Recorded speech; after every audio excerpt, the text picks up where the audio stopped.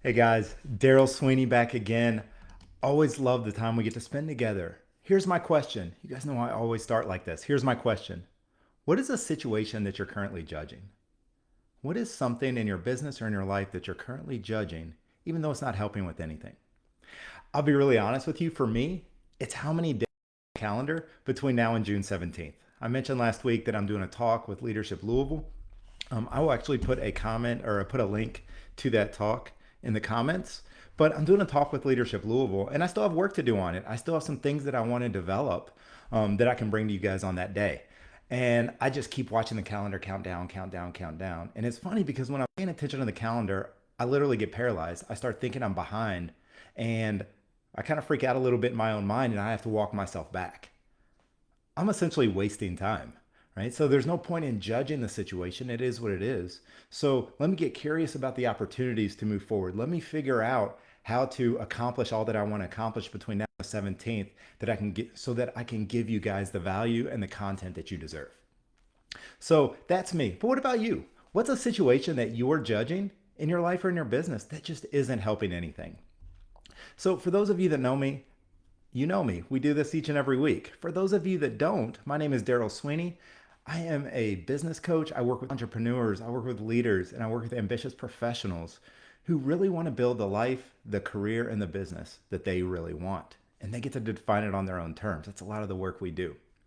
I'm also a recovering overjudger. And we've been talking over the last couple of weeks about judgment. We're going to continue that conversation. Last week, we talked about judging others. Today, it's all about judging situations. Now, I don't want to turn judgment into this villain, right? I'm not talking about the kind of judgment that serves us, the kind of judgment that helps us analyze a situation or make a call. I'm talking about the kind of judgment that locks us away in a cell, that locks us away in judgment jail. The kind that slows us down. It keeps us small. It makes everything we do harder. This is the kind of judgment that has cost with it. Right? When we bring unnecessary judgment into situations we find ourselves in our business in, then it's hard to make progress. It's hard to get creative. It's hard to collaborate, hard to find opportunities. Right? That's the cost of this unnecessary judgment. So, as I was thinking about this topic, I kind of had two ends of the spectrum that came to mind, and I wanted to share those with you. So, when we think about judging situations, right, that's something that's happening usually to us, something that may even be happening because of forces outside of us that we have nothing to do with. So, as I think about the example, I want you to think back to the killing of George Floyd. And I want you to think about the uproar surrounding that. I want you to think about how you and your business may have responded, may have showed up, right? And the impact, the rise in racial tension, just kind of this outpouring all over social media and all over the news, all over our newspapers, in our hallways, around our water coolers, just all that kind of went along with that time. And I'm not asking you to judge, I just want you to think about it. For me, as a black guy, I had a lot of people reaching out to me, a lot of my friends, a lot of business leaders, and every single person that reached out to me had great intentions.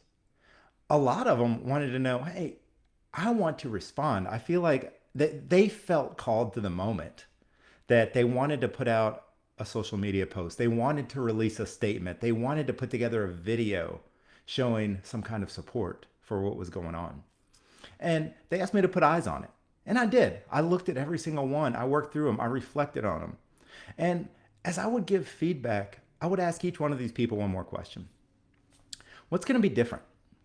What's going to be different in your organization after you put out this statement, after you release this video, than it was before?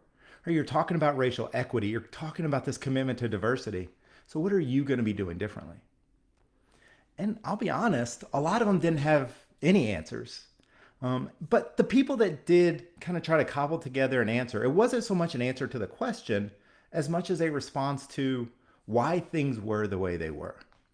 I had many leaders respond and tell me that, well, look, we're totally open to diversity. Here at our organization, here at our business, here in my team, we support diversity. We would love to hire more black people. We would love to hire more minorities, hire more women. But the reality is they don't come through the door. If they would just apply, we'd certainly consider them. We'd certainly look at bringing them onto the team if they would just come through the door and apply. And I would politely listen to all of the reasons why there was no diversity in their teams. All the reasons why they weren't hiring minorities and women and building not only diversity of race, diversity of background, diversity of ethnicity, but also diversity of thought. I listened to all the reasons why it wasn't happening. And it just, that strikes me as an example of what we're talking about. Right? Here's an opportunity. Here's a moment. They felt called to this moment, right? They voluntarily reached out to me. I didn't reach out to them. They felt called to this moment. And they wanted to put out a post or a video or something to that effect. But when it came time to, so what are you going to do about it? They didn't look at the opportunities. They judged all of the reasons things were the way they were. And that allowed them to take a step back from any level of responsibility, any level of intention, any invitation to step into what was going on. Now, let's contrast that with a nonprofit CEO that I coached. He leads a big team and he is committed to diversity. You know, he actually admitted to me after that he was embarrassed that as somebody who's committed to diversity, he doesn't have an overly diverse leadership team. In fact, most of his skilled jobs, there's not a lot of diversity in it. So we talked about how we got there. We talked about what caused that to be his reality. We weren't judging it. We were exploring it. We were getting curious about it. And that's what I invite you guys to do. Instead of choosing judgment, choose curiosity. You know, and we talked through and we explored how he gets applications, where they come from. And his two main drivers were probably the same two drivers that exist in your business. Applications, especially for leadership positions, would come through his network or the network of somebody on the board, or they would come through executive recruiters.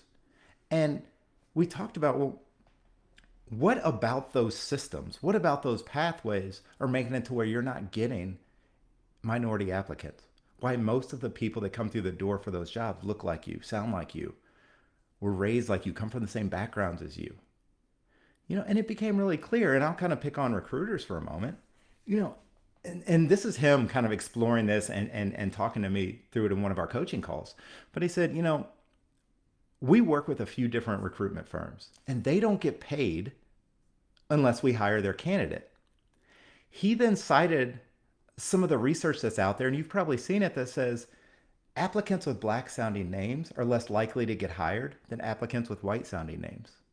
So he came to the conclusion that he said, man, maybe these firms aren't going out there and getting really intentional about looking for black applicants, aren't submitting black applicants because they know their chances of getting hired are lower. They know that they might not get paid. So it's no longer in their best interest.